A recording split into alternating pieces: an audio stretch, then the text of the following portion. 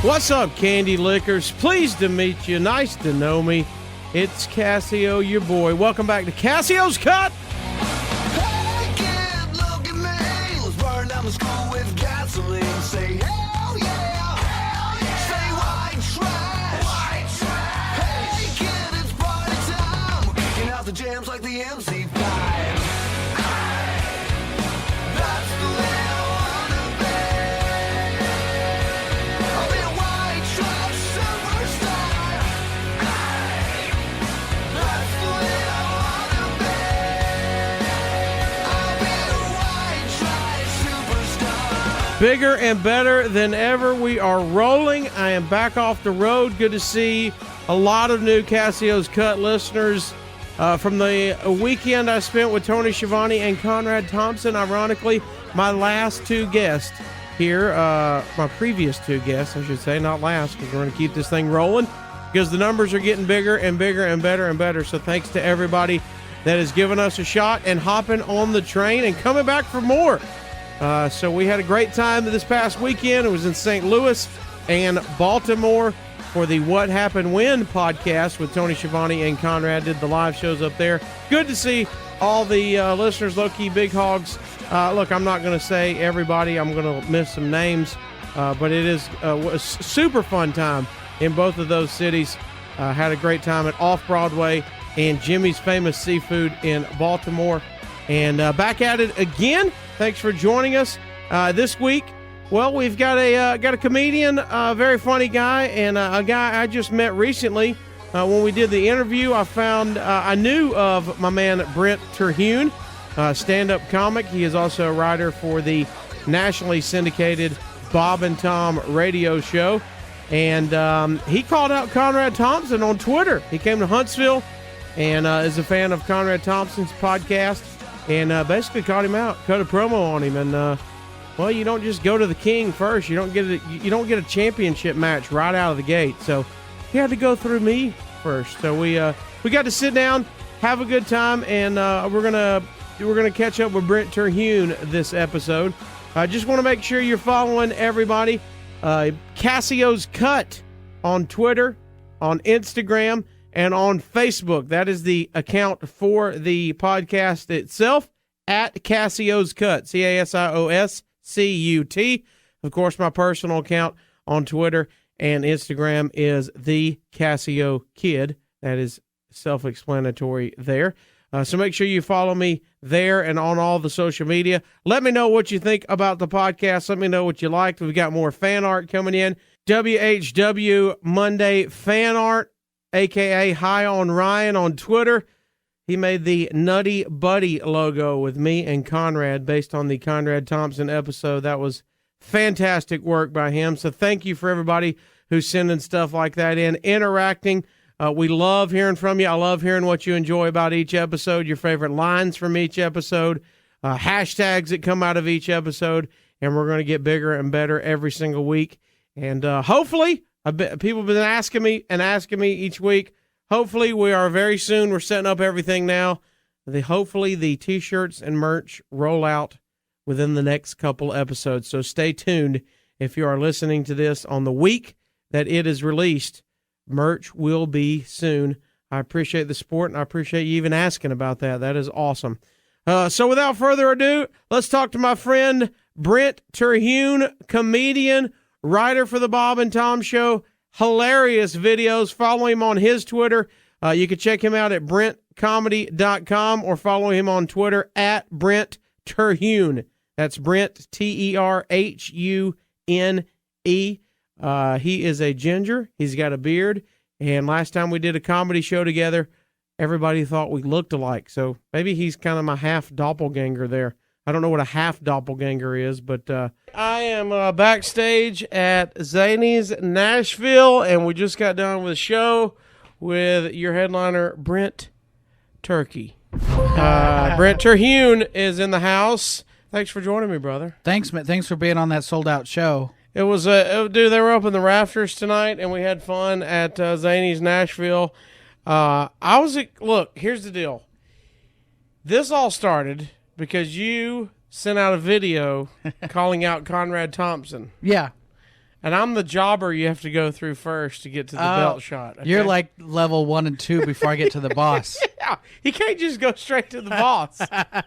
You got to go through some curtain jerkers first. Okay, yeah. And show that you're ready. That's funny. So, okay, all right, yeah. so realistically, because most of the people that listen to my pod know Conrad Thompson or of him, did you? How are you a fan of his pods? I listen to all the shows. I didn't know if it was hey, you might want to call out Conrad. He's a big deal in Huntsville. I Googled Huntsville and right, Conrad popped up. I Googled Huntsville and mortgage guy and he popped up. Well, they probably would, but all right. So you listen to the pods? Yeah, I listen to all of them. I the one with Tony and the new JR one and Bischoff and something to wrestle. And did you see you just announced another? No, Did you see that? I've been away from the internet for like a day. He so. just announced Arn Anderson. Really? Wow. So now he has 5 days a week. Can you? podcast. Yeah. Can you tell me how he has time to do anything? I'm gonna basically put on a wig like him and be Conrad Okay. and just record his other podcast. Hey, chat me up for a minute. Throw that in your Google machine. All right, so that means you're a wrestling fan. Yeah. Yeah. So that means you're a nerd. A lot of people don't want to openly admit that. Yeah, I mean, you can be a nerd about a lot of stuff. Right. About trucks. That's what I mean. So you're a wrestling nerd. Yeah. Let's go. Let's talk wrestling first. Okay. And then we'll get into who Brent Terhune is. So if you're not a wrestling fan, you can fast forward to about 30 minutes. Yeah. You just skipped the rest of the episode because it might end. It might just be the whole episode. Wrestling fan, go. Who's your favorite? Undertaker. Okay. But Stone Cold. Mick Foley. You came up to Stone Cold tonight. Yeah, right? yeah. The music. Whenever they ask what kind of music I want, You came up to Stone Cold. I either say Stone Cold or Black Sabbath. I think Ozzy Osbourne is probably my favorite wrestler. When you have the gimmick of biting a head off a bat, you can't beat gimmick. it. Yeah, That's a pretty good gimmick. He got it over. Too. yeah, yeah. Actually, I like Mankind, and that I like all the Mick Foleys, but Mankind specifically. Okay. Have you seen a show yet? His Yeah. comedy show? Mm-hmm. He's actually very good. And he's super nice. He's one of the greatest humans on the planet. Yeah. And he shouldn't be. Yeah, there's no reason. Because he's Mankind. And he's dude love. He's more dude love than he is Mankind in real person. Yeah. Do you watch the current product? I do watch the current. It's been a couple weeks since I've watched a proper show. Okay. Like I watch shortened versions or get the podcast recaps from people. But yeah, I've been to 2 WrestleManias, so. Which ones did you go to? That's where I'm not the fan of like 23 or I can say New York, New Jersey, and it was Undertaker and CM Punk. Yeah. And then Orlando a couple years ago. So that was Roman and Undertaker. I've been to 2, and I remember them both because they were the last 2 in New Orleans. Okay. That's the only 2 I've been to. What's funny is I joke with my wife because she's, like most females, not a wrestling fan. Mm-hmm. And she's younger than me, so she's definitely not a wrestling fan. Yeah. And her literal first event, no indie show, no house show, not even just a Monday Night Raw or anything like that. Her first event ever was WrestleMania in New Orleans. Yeah, well, that you can't get any better than that, Right. You know? Well, then when WWE came to Huntsville for a house show, and we go to the arena, and she's like, "What are we? Are they about to start the show?" And I'm like, "No, this is the headliner. This is the show." She's like, "I've seen no pyro. Yeah. There's nobody flew in from the ceiling." I'm like, "Yeah, no, they're not all the same. This is it. Yeah, and you haven't even seen the indie world yet." Oh, I went to recently micro wrestling. Okay. So, but they build it as Little people? They build it as midget wrestling. Okay. So that's what they said. Their words, not mine. Right. But not to say that it was bad. But I was telling my friend Ryan, another comedian wrestling fan, that you don't know what good production is till you see bad production. Micro wrestling. Yeah, I mean, Did they have the little Papa Pump? Is that one? No, I don't remember exactly which, touring company it was. Is it bad or good? There's more than one micro wrestling touring. I That means they there's got to wrestle competition, too, right? Yeah. That means there's competition. That's good. Have I the literally Monday Night went to- Wars. I went to one, and that was Little Papa Pump. Okay. He had the whole gimmick, the chainmail, the whole deal. I love that there's little versions of real wrestlers. Yeah, we're good. So all right, so we got the wrestling deal out of the way. So that's how first. Who's your favorite wrestler? I can't tell you because I'll get heat for it. I get heat for it when I mention it. Okay, I mean, everybody. Look. When I started, it was. I've said it on a couple interviews. I had a dog when I was 5 that I named Andre, and I bought the Hulkamania workout set. Like, Yeah. I mean, I'm like every other kid. Mm-hmm. Well, that's what you were sold. That's what you Yeah, should I mean like that was my jam. And then I was just joking about people catching heat. I think the older I got, the more I started liking the heels more. Yeah. I don't Those know are why. cool. It just in movies in general. The bad guy's more interesting. He's the cool guy. So I was a Mr. Perfect guy for a long time. Okay. I just worked at the Starcast Wrestling Convention, and I got to spend the whole day being the handler for $1 Million Man. Mm-hmm. And What was your price? it was way cheaper than I It's thought. like $1.50. It was way cheaper than I thought. And he was way nicer than he should have been. Yeah. I'm like, you're the damn $1 Million Man. But it was amazing to see everybody that came up to him. I would say literally 30-40% of them, one of their first sentences was, "Man, I used to hate you." You know, and Yeah. that's like, now you're paying for a picture next to him. Yeah. But that's the beauty of wrestling is the older you get, the realize you're like, that means he was so damn good Yeah. at his job. I used to hate William Regal. Oh, yeah. And I would just get mad. I'm like, he shouldn't be fighting for the title as a 7-year-old, you know, like. You knew more science than that. There's no way he gets a title Yeah. shot. My grandma would always be like, Ric Flair didn't win all them titles. He's a cheater. He's a cheater. Okay, so we got that. Sorry, so you're old school. You're in now. Yeah, but I was gonna say I'm also like a big Luke Harper fan. I like him a lot. Okay. I just like his, what he does. Nothing specific. Just like You just like his character. I like you his like character. Luke Harper. Yeah, but I like Bray Wyatt. Anything where it's a well-defined character that you don't really see often. Of like a cult leader, a Cajun cult leader. Yeah, nobody saw that. Yeah. Or his transformation of a kid show. the Pee Wee Herman. The Pee Wee's Playhouse. I'll tell you, we've all tried to predict some swerves. We didn't see that one coming. No. We did not see Kid Show coming out of Bray No, Wyatt.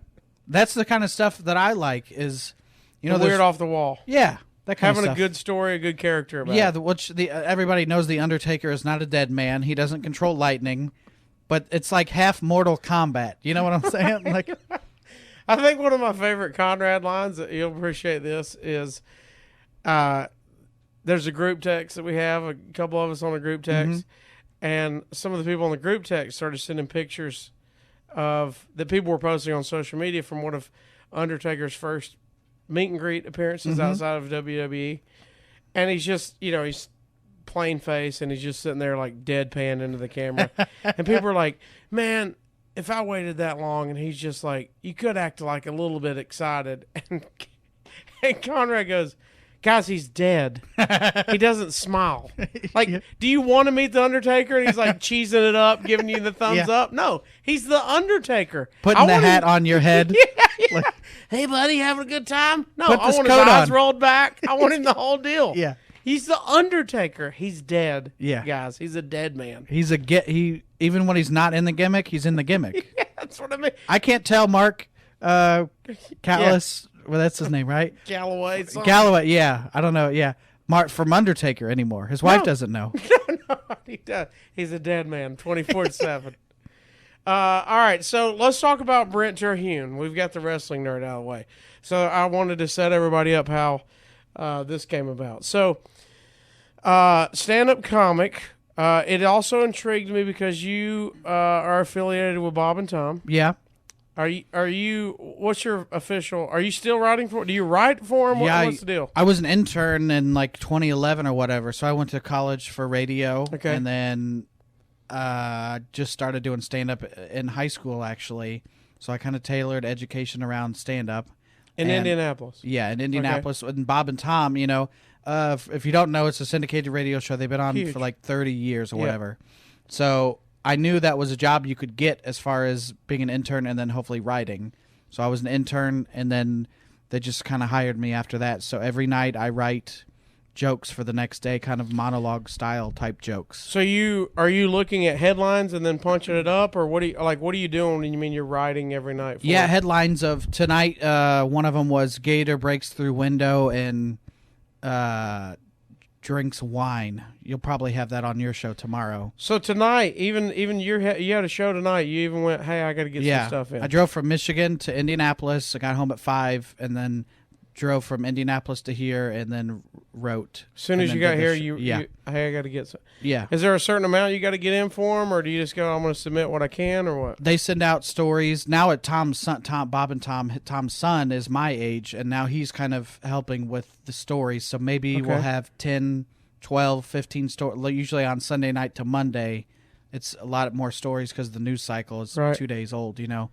So, and, you know, sometimes I'm funny with new stories, and then sometimes I just have a bad night, and there are other writers, thankfully, you know, because sometimes I can just say I'm not funny tonight. You know, Are you?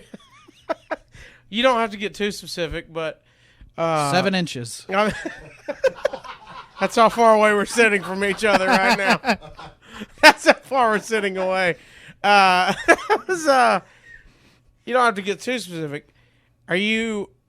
I know it's got to be a paid gig now. Are you getting paid by what gets on the show, or are you just on a salary deal? On a salary type thing. Okay. Yeah. Because they had a when I worked for Leno, they had a deal where anybody could write, and you basically write your joke on an index card and drop it on his desk if you're there, or you can fax it in from literally. I mean, he had them from anywhere, and so you just got paid per joke. So I didn't know if that was the same deal. So they've got basically a collective helping them out, punch it up, and then we're all going whatever we like. Mm-hmm. Yeah, I mean, because it's 20 hours a week, and you know as well as I do of just talking, just no silence, you know? Yeah. They even do. And I've never met them personally, but I just know from especially people that I've worked with, they are so supportive of stand-up comedy. Oh, yeah. There's guys that have careers, you know, Tim Wilson. Yeah. Greg Warren, Haywood Banks, Drew Hastings, you know, people that, you know, now their effect is less. Everybody's effect is lessened because Netflix and everything, you know. But there were guys that could just tour on that. If you're a Bob and Tom guy in a Bob and Tom market. Oh, that was one of the credits you wanted, was heard on Bob and Tom. Yeah.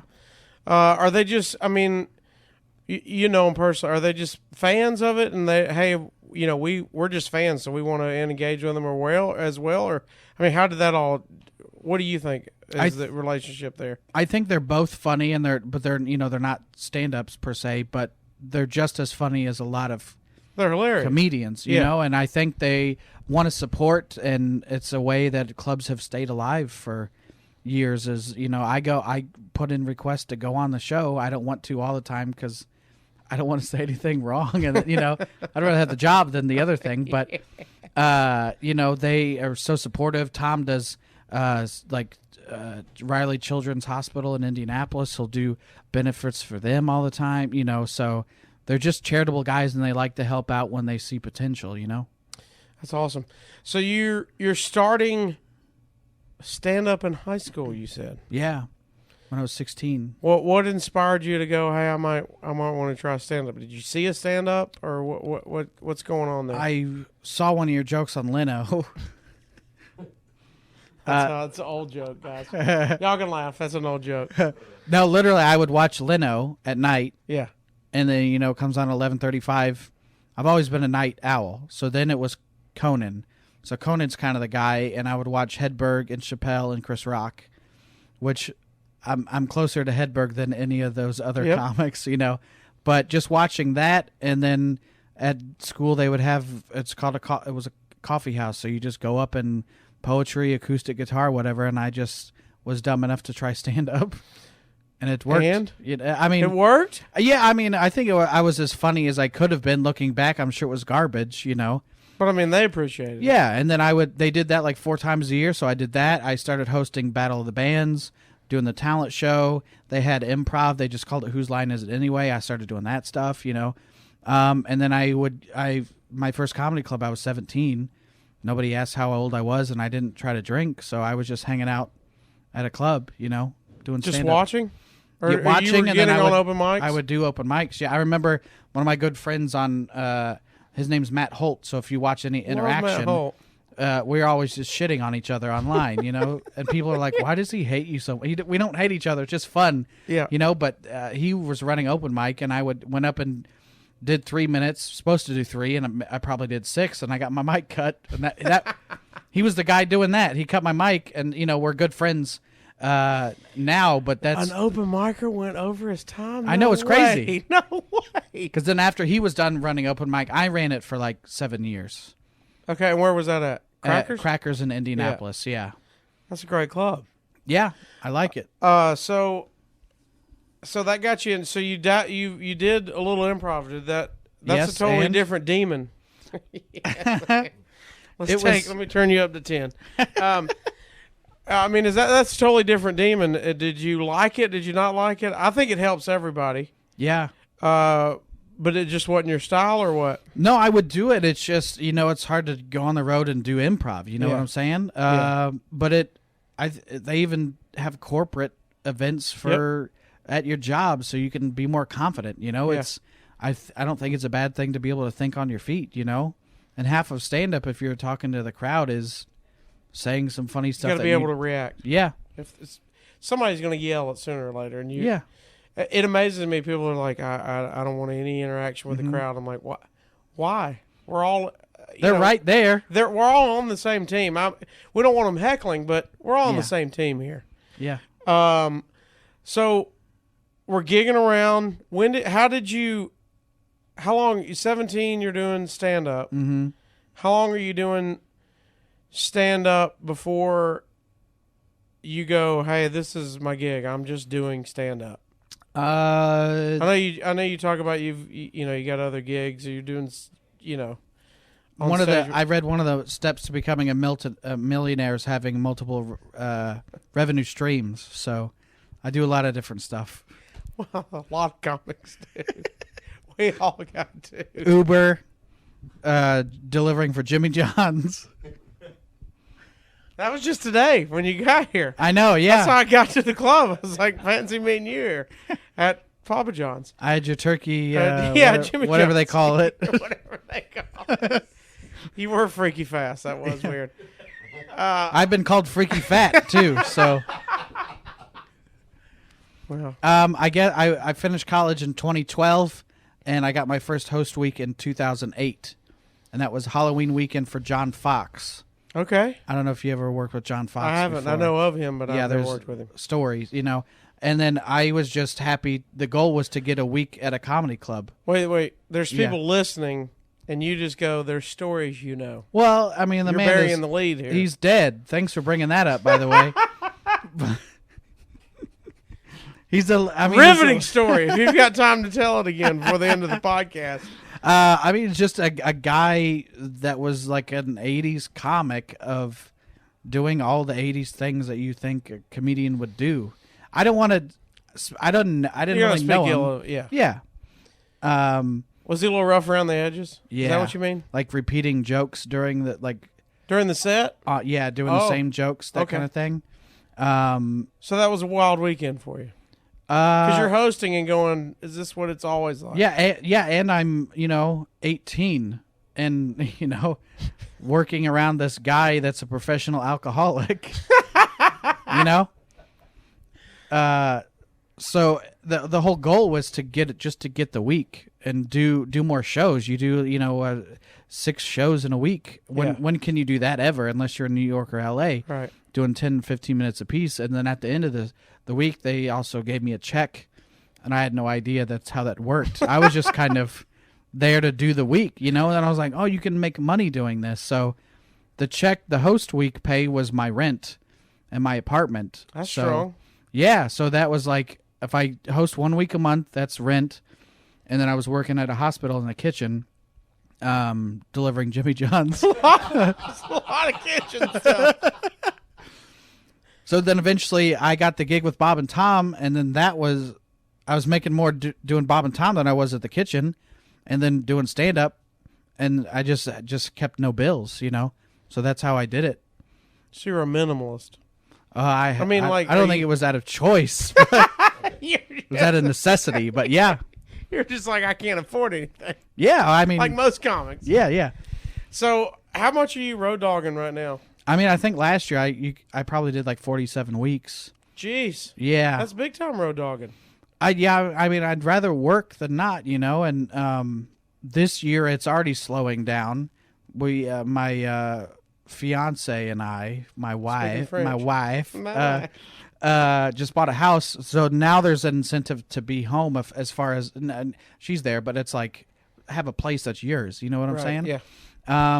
So it's like this week I have nothing. This is a Sunday that we're recording this, and then I don't have anything, which is fine with me. Like it's a chance to work on other things and just kind of decompress from being on the road. No, well, I'm married. I just passed my 2-year anniversary. Yeah. And I'm like, there's something less appealing about driving to Michigan for $150. Yeah. It got really less appealing when there was humans involved. Yeah. I'd rather sit on the couch and just, be with my wife. The ones my wife. My wife. I heard somebody compare it to being a trucker with no health benefits. You just I mean, drive around from city to city. Stuart Huff, do you know that guy? Yeah. He's like, I'm a trucker with jokes. That's what he does. Oh, but Stuart's brilliant. Yeah. A trucker with jokes. That's about it. You just drive from city to city and pick up your check and move on to the next one. But then I always compare it to wrestling, because I listen to so much stuff about wrestling, and then their job is harder. It's like you can't be eating cheeseburgers, and then you drive and do this, and then you get your ass kicked, and then drive to the next thing, Well, then you got to hop in the car that whipped your ass. You got to hop in the car with that guy and go, hey, you want to go to the next one? Yeah. Okay. Yeah. And then you get a cheeseburger with extra mayo and extra pickles. That's right. Over there. That's how it is. I mean, I can't wait to wrap this up so I can eat on the way home. So you got me excited talking about Burrito Supremes. I do appreciate you mentioning the fact that you're my doppelganger. Well, I was watching you on stage. Do you get a lot of people that say, my friend looks just like you? Yes. Because I get that. There's a lot of dudes that look like you and I. Yeah, that means we're average. We're basic bitches. I know. I was saying we're essentially the create a player in a video game. The standard one? Yeah. Where you don't change anything? No. We were sitting back there, and you go on stage. You're like, "Hey, is the second guy coming out again?" And my buddy Joe's here, and he goes, "Yeah, he does look like you." Yeah, I know. Yeah, it's like that because I used to have a longer beard too. You got a longer beard, and I just trimmed. I'm like, man, if this was 4 weeks ago when I had my super long beard, it would be we would tear that to stage up. Yeah, like we could have done a duo. We could have done that mirror bit. The Spider-Man where they're pointing at each other. Yeah. We could have been the meme. The Spider-Man meme is the new mirror bit. We just copy each other. Yeah. We can still pull it off. Look, just for... This is a great podcasting. See, this is the stake of comedy. I'm going to grow my beard out so I can match Brent Terhune. You know what? We could just kind of take our acts and put them together and franchise... Okay. Yeah. So as long as you're in a different state, we can just do the whole deal? Yeah, you can have 3 Rey Mysterios because you don't know if that right. guy We're like is Rey luchadors. Mysterio. Yeah, we're like luchadors. We're luchadorable. Write that down. If you don't usually do that. Have you used it before? Or did that come right now? I think it was a new one. Yeah. It's a keeper. It's a keeper. Okay. I don't even know where we're going here. We got so what we got Bob and Tom. We're road dogging all the time. Mm-hmm. So here's what I like to road ask. dogging and raw dogging. Come on. See, this podcast is losing control. I need a drink after You can edit Hang that on a out second. if you want to. No. Oh no, that's going to be the promo for this podcast. I'm going to have it We're road dogging and raw dogging with Brent Terhune. this week on the podcast. Luchadorable. Okay, so here's what I like to ask. So you kind of answered it. When I like to ask who's your favorite, or not favorite, but like comedy idols. You talked about seeing Hedberg and Chappelle and all them. Yeah. Who's some of your favorites? Like, man, that guy, that was it for me. That was stand up comedy. Those guys. My brother would bring home tapes from the video store. I don't know if you ever heard of those. It's like Redbox, but it's a building of Chris Rock. And I was like, I think I'm older than you, Dick. You just made an old joke. I know, but it's just funny to like condescend in a way that's keep it going. And he would bring home Chris Rock, and I would watch it, and at first I was like, he's just talking, he's not doing anything. Right. But then you tune in and listen, and you're like, this is really funny, you know. So those kind of guys. The Simpsons. The Simpsons. Yeah, The Simpsons is one of my, that and Sopranos, very similar shows. Of course. Yeah. So The Simpsons. Yeah. That's interesting.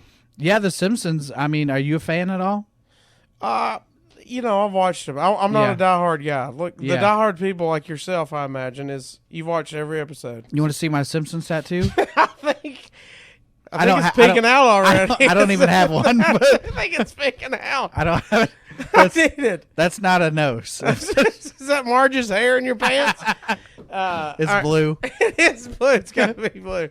That's an interesting concept of picking up just on, I guess, how they're writing jokes into the show. Yeah, I mean, when that show beats per minute, I think they require like 7 jokes a page, maybe. So just to have as many jokes as possible. That's crazy. In a short amount of time, you know. So you do a lot of, unlike me, I like to. I mean, the difference in, and this is a good question for you, maybe, because I do both as well. Radio is almost, we're going to stretch and then have the punch at the end and go to break. And then stand-up is like, no, we can't. We're not stretching to the end. We got to punch that same deal up.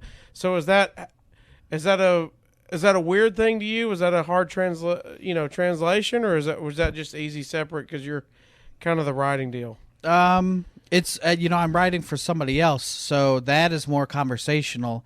That is, that's podcasting essentially. Right. As long as you're entertaining, it doesn't matter. You know what I'm saying? So you've never done anything on the mic side of the radio, really? I mean, I'm sure you've done bits and stuff, but yeah, I've written bits and done a couple characters. Right. I hosted a podcast, a couple different ones, called Wrastlemania. That's how deep into the wrestling is. Wrastlemania. Wrastlemania. It was our fans were called Wrassholes. How did this not take off? To be honest, it's still going. It's just not the 2 guys that were doing it. Okay. We kind of passed it off to other guys. Okay, to two new Wrassholes. Yeah, I don't know how Wrassholes. I don't know why people wouldn't want to wear a shirt that said Rasshole on it, to be honest. But do you have a fan club now? So you have a name that doesn't lend itself. Bunch of Brent Terhunes. Brent Terhunes. Yeah. Okay. See, mine was the Welcome Mats, and it didn't work good. I thought that didn't I always catch feel like on. they're being walked on. Thank you. Yeah. See. We are going to merge our sets. We're going to become Wonder Twins. It's like we finish each other's Jimmy John's sandwich. Sandwiches. All right, so we got your what, Ed, because I'm sure you get asked all the time. Anybody who's in the business and has been doing it for years, you get asked from people trying to start in comedy all the time. Advice, what would advice? I'm about to start. What would you do? So what do you usually do? You have a stock answer for? Did you tell everybody? Give up. No. Why are you staring right at me when you say that? I could. Do you tell them? Do you tell them anything? I say, it's writing and performing are the 2 things, and you can't do one without the other. So just do that as much as possible. You just work on, get 3 minutes of jokes, and then 3 minutes is what you tell them. Yeah, 3 to 5, because most spots you're going to get are 3 to 5 anyway. Record it and make sure where you think the laugh is, that the laugh is there. Don't be married to anything, but don't throw anything out. So if it's not working, you've said it 7 times, it's not working, stop doing it, but don't throw it away, because in 2 years you might be funny enough to make that funny. Yeah, oh yeah, different stages of your career, you can figure out how to make a joke. Because there's always been comics when you sit after a show or whatever, and especially if you tour with anybody, you're like, man, I got this joke, and I just cannot figure out. It's funny. Yeah. And they do not laugh at it on stage. And it just takes time for that persona on stage of how do I deliver that in my persona. One of the things I noticed when I first started is a friend of mine. He came out to some shows with me, and I went to like competition, standard stuff you do. And he said, dude, I don't know how to word it correctly, but you are, when I see you on stage, it was funny, but it was you trying to be a stand-up comic. He could tell. Yeah. I'm sure the crowd they don't know me. Yeah. But he was like, you got to figure out, because were you class clown growing up? No, I was the guy that would deliver I was kind of a sniper. I would deliver the line, it would get a big laugh, but then I was never the guy that would like stand up and show his, what dick or whatever. Like the class clown is different. Well, then put it up. Why are we sitting here? It's been out the whole time. This whole podcast. Well, the ottoman was right here. So why would they have an ottoman in this room if they don't want me to have it out? So not class. What'd you get voted? Did you get voted anything? Most likely to succeed. And here we are. You're in the backstage of Zany's doing a podcast. We're on the podcasting couch here at Zany's. Is this your first time doing a podcast? I'm very nervous. I've waited tables all day. Turn around. Oh, no. You've waited tables all day. Why is your face blurry? I'm posing as an agent right now, Brent. All right. So speaking of writing, are you a notepad? Because you got a lot of jokes. I mean, you go in and out pretty fast, especially compared to me. And I mean that with all due respect. Are you writing? Are you a notepad guy, or phones or whatever now? But everything. But I try to write in a notebook because any kind of technology, something will pop up of hey, your water bill's due, and then I'm spending 30 minutes doing anything but comedy. I don't know why it takes me so long to pay a water bill, but it's very complicated where we live. It's called auto pay. Come on. Yeah, I know. I got to talk to the people down there. Yeah, I try to do a notebook, but then I'm trying to do some more online stuff too. So I feel like I've neglected the stand-up. It's still funny and it's still evolving, but not at the rate that it was, because I'm trying to work on a movie, short film. I'm trying to do characters and stuff online. So I'm trying to do not anything but stand-up, but to broaden my horizons, That's kind of 2019 now. I mean, you got to do everything, man. You got to be on almost every platform. Yeah, you got to be Iron Man. You got to be other characters that guy's played. You got to. I didn't know if you were going to go just specifically Marvel or specifically Robert Downey Jr. I didn't know which way you were going there. You could be Batman. You got Marvel. You got to do. You got to do everything because nobody else is going to do it. There's somebody out there that's working harder than you, and they'll get the fan base, and then somebody's going to give them that big push to the next level. So is that going to be your? You said you're writing a movie. What is that? Is that going to be your focus? Is that time consuming right now? Yeah, and it's going to be a short film. It's a horror film because I'm a big horror fan too. Horror, yeah, scary. It's a scary movie. Yeah, we've seen your horror film before. That's why you're on the casting couch right now. Look, I said the ottoman. So yeah, I'm trying to do that because that's not comedy. But when you look at it, there's so many comedians that focus on horror. The last two big horror movies that came out were Jordan Peele. Which was fast. It was awesome. Yeah. When I first saw the promo for Get Out and it said Jordan Peele, I'm like, come on, really? Yeah, just stick to being funny. Yeah, be funny, man. Any kind of internet comment, just stick to being funny. And then, of course, like everybody else, you watch it, you're like, well, that was brilliant. Yeah. I did not see the last one yet, though. Just as good? It's good. I want to see it again, but I thought it was good. Okay. Because I think there are definite horror is about taking a mirror and holding it up to society That's what stand-up is. I'm saying things that you and everybody else has done, and that's why it's funny. Right. We've all done similar things, you know? So I think that's what horror is. We good? Are y'all leaving? We're not holding you up, are we? No, I didn't know you were recording. No, you're good. I mean, it'll take me an hour to edit that out, but that's fine. I'm just kidding. I don't edit. So the movie, I mean, how close are we to get to? I think the script is done, but then half of, for me, for writing is to get it out on a page, and then I go back and put it together like a puzzle. And you never did a short film before? No, I've never done one? any of this kind of stuff.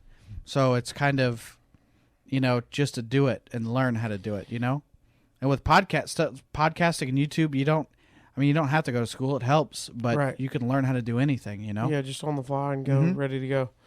Are you, so if they've heard some of your, heard your albums or anything like that, you've got a lot of characters, just like the radio and stuff, which is, to me, very improv related. Did that come from that, or was that always, hey, that was you? Or did it come from the radio side? Where did the character-driven part come Half from? of the characters, I think, is easier for me to write because I know who that character is. Okay. Because I know I do one. His name is Coney Danza. He's a hot dog, and I don't want to sound like just some kind of gimmick. Okay. Right. Right. No, this is a serious character. Yeah, this is, this could be on. Give us a backstory of Coney Danza, in case they're new to Brent Terhune's world. Coney Danza is from Long Island, New York. He's one of about 8 children. That's how many come in a pack. No, I got it. I'm fat. I got it. He's a quarter turkey, a quarter beef. And half African American. He's what they call a light grill marked brother. Okay. But it's Danza in the house. It just came from doing hot dog jokes, puns, and then it was because we've all, which is a topic that often comes up. You'll be sitting around the old radio listening to a program, and when they sign off, you just start talking about hot dogs. Standard procedure. Yeah, but it was like a half challenge of, wouldn't that be funny if there was a hot dog that did stand up? So Amazon has hot dog suits. So this is on my you album. bought the hot dog suit? Yeah, I got it. This is on an album. This is recorded. I heard stuff. Jordan Peepers. Jonathan Peepers. Oh, Jonathan Peepers. He's a blind comedian. He went blind because his family put too much chlorine in a pool, and that's what happens. Is he went blind. Where does Jonathan Peepers come from? I thought it would be funny to have. I think there's a misconception that if you're handicapped at all, that you're also a nice person. Okay. So Jonathan Peepers is not. No, Jonathan Peepers is like a grizzled road comedian, but Right. is an asshole. And like the go-to move if I do that character is I go out on stage and I have a handler, whoever's around, and for like about 90 seconds I'm facing the wall. And I deliver jokes, and I'll just say things like, "What's wrong with you people?" It's like talking to a wall over here. And then the handler comes back up and spins me around, and then, but it's just him saying asshole things to see if the audience will not laugh at this handicapped man. Right. What does so we didn't see any characters tonight. What decides that for you? I don't know. You just hate Nashville. Yeah, I hate Nashville. Commit. I don't want these dirty animals, To see my unwashed character. masses. I don't know. It's just a lot of work to learn all those jokes plus my jokes. You know what I'm Right. saying? Yeah. So, obviously, I've done sets with those characters, and those are on an album. And it's not that I won't do them again, but now I want to move forward with more jokes, personal stuff. Do you think this is a very interesting thing about stand-up to me is putting out an album, do you think that pressures you to because it's different from the music world. The music world, you better do your hits and you better do them every damn time. Yeah. Do you find after you put out the album, like you just said, it forces you to go, that's already out there, so now I got to have 100% new? I mean, not enough people are coming to see me to do that. Okay.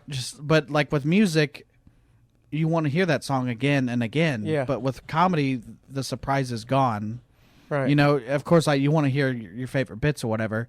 But I think with comedy, you want to have new, just they know because it's you're coming, always it's not as exciting. Yeah, and how many times do you want to see the same show?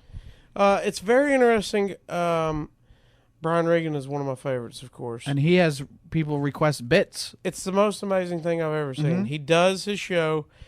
He does an hour of his new stuff or whatever he's doing at that tour, walks off stage, says goodnight, and then comes back out and goes, "Yo, too." Yeah. And goes, what do you want to see? Because I know y'all want to see us. And takes requests. And the first time I saw that, it blew my mind. That's a rock star. Oh, that is a complete rock star. Yeah. But because it goes against everything comedy. Mm-hmm. Everybody else, like we just said, we've already heard it. You go see Gaffigan, they're yelling Hot Pocket. You know what I mean? And I think part of you, and we're not at that level. I'm sure there's part of them that goes, guys, I've read a lot of smart shit after that. Mm-hmm. I would like to move on a little bit. But on the other hand, they're coming because of Hot Pocket. They're coming because of You Might Be a Redneck. They're coming because of U2 and all that. What a great burden to have somebody. Oh, I'll take it. Yeah, no, for sure. I'll take it. Yeah. And I do you think that the way stuff is being released now is different because people are still putting out stand-up comedy albums, but it's all about that'll take a year to 2 years to make, but you got to stay in touch with your audience right now and then tomorrow and the next day. We want new material instantly. Yeah. I've never done an album. I didn't specifically. I didn't do that. I thought it scared me to death of going, I'm going to put it out, and then the next time I come through that city, that next time, I better have something new. Yeah. And then, of course, as years went by, I went, well, every time I do a show, it's all new people. It's not like I'm building it's a not huge enough fan people. base. Yeah, again. We're not at that level yet. Yeah. So that's a weird deal though. You sell merch. What's your take on merch? Because it's very interesting merch to me. I almost think the merch, when I first started, I thought it had to be built around a bit. Yeah. And then I think the merch might just need to sell itself, even if they didn't like you as a comic. Mm-hmm. And then there's a fine line, but I want it to be branded to me. Yeah. What's your take on that? I think everybody should have something to sell because we need gas money. Yeah, and you're already here, so you might as well hang out for 10 more minutes. Yeah. And sell some stuff. The stuff that I have, some of it is from characters that I do online that I don't do on stage.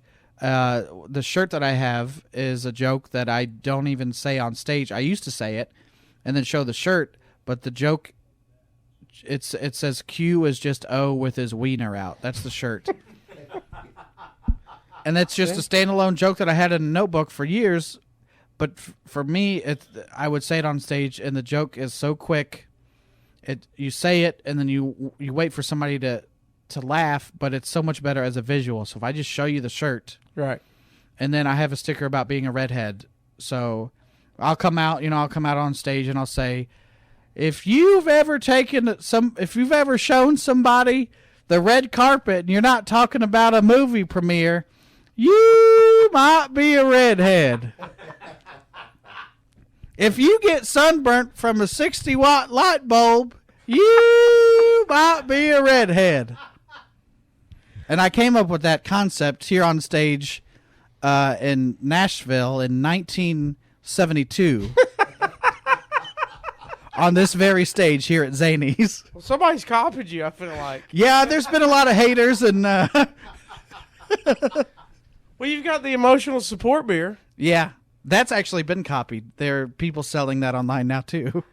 So that you don't. That is that based off a character? Because I've seen like people just send you pictures now with your koozie. And that's pretty it's strong. a character that I do online, and it's a redneck guy. It's political, which you saw my act. Nothing is political, right?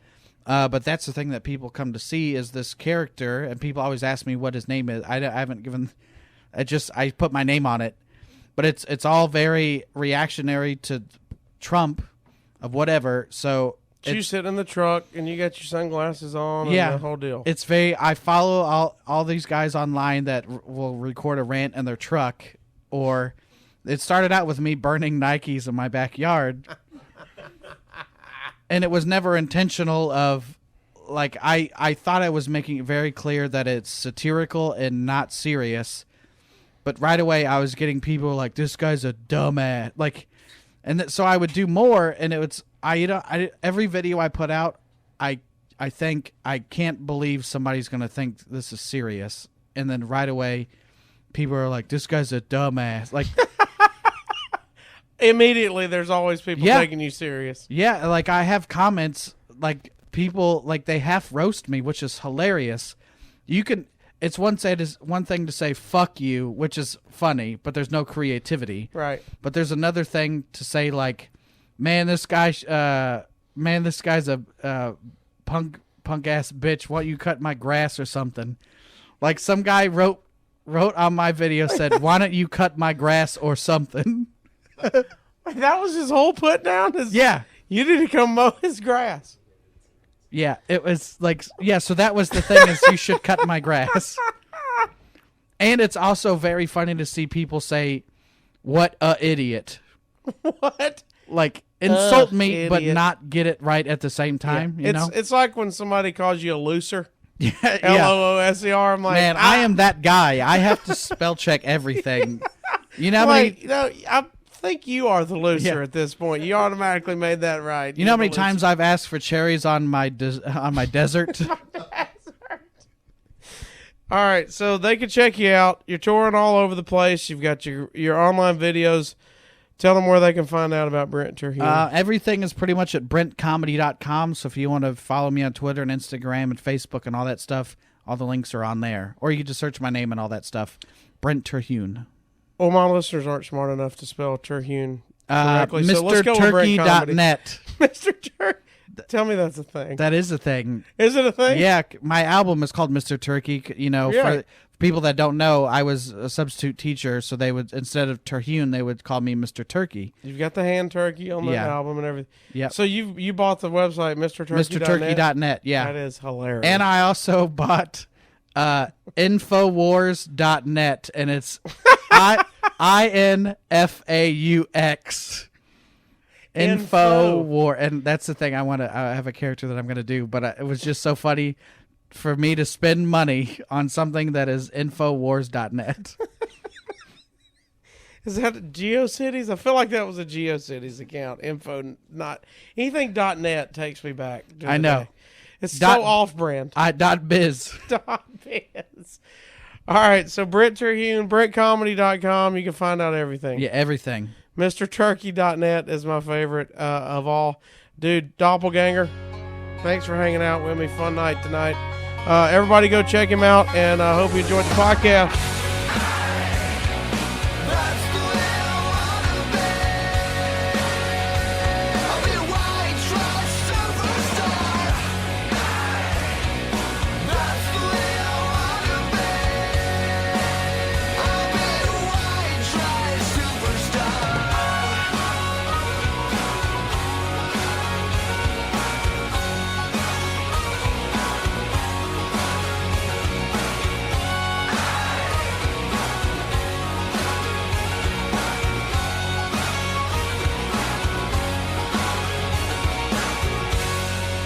Want to hear more of Casio in between podcast episodes? You can listen to the Jimbo and Casio Morning Show live 6 to 10 a.m. Central on TheRocket951.com. Jimbo, a Billy Joel concert in New York featured a surprise appearance by John Fogerty this week. Is that right? Yes. The moment was the highlight of the year for all of New York's uncles. Jimbo, a couple The couple was arrested for, well, having sex at an Ohio water park this week. Water park. Yes, that is so gross. Yeah. Having sex and all that pee. Jimbo, scientists say the Earth is 150 years away from a climate that will cause a planet-wide extinction. 150 years. Yeah, and I say, whatever. That's Betty White's problem. Listen live online or download the Rocket app for your tablet or smartphone. Just search WRTT Rocket 95.1 in the Apple or Google Play Store.